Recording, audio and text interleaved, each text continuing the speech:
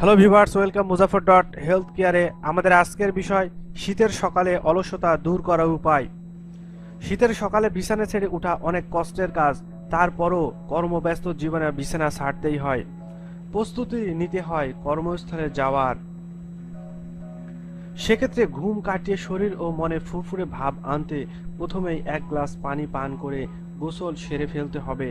এছাড়া আরও কিছু উপায় নিয়ে আলোচনা করা হলো, আসুন জেনে নেওয়া যাক।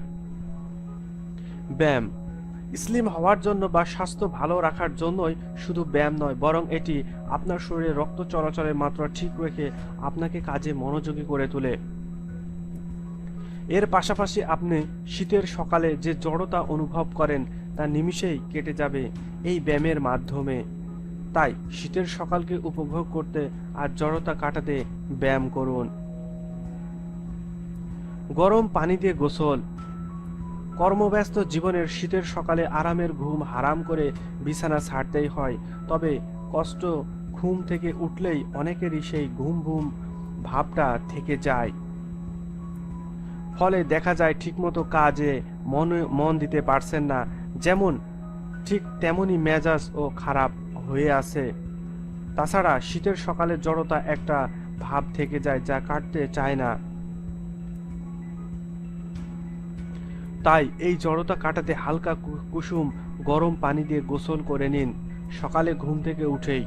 দেখবেন আপনি যেমন ফ্রেশ অনুভব করছেন, ঠিক তেমনি আপনার ভেতর প্রাণবন্ত ভাব লাগছে, যা আপনাকে এই জড়তা ভাব কাটিয়ে কাজে মনোযোগ দিতে সাহায্য করবে।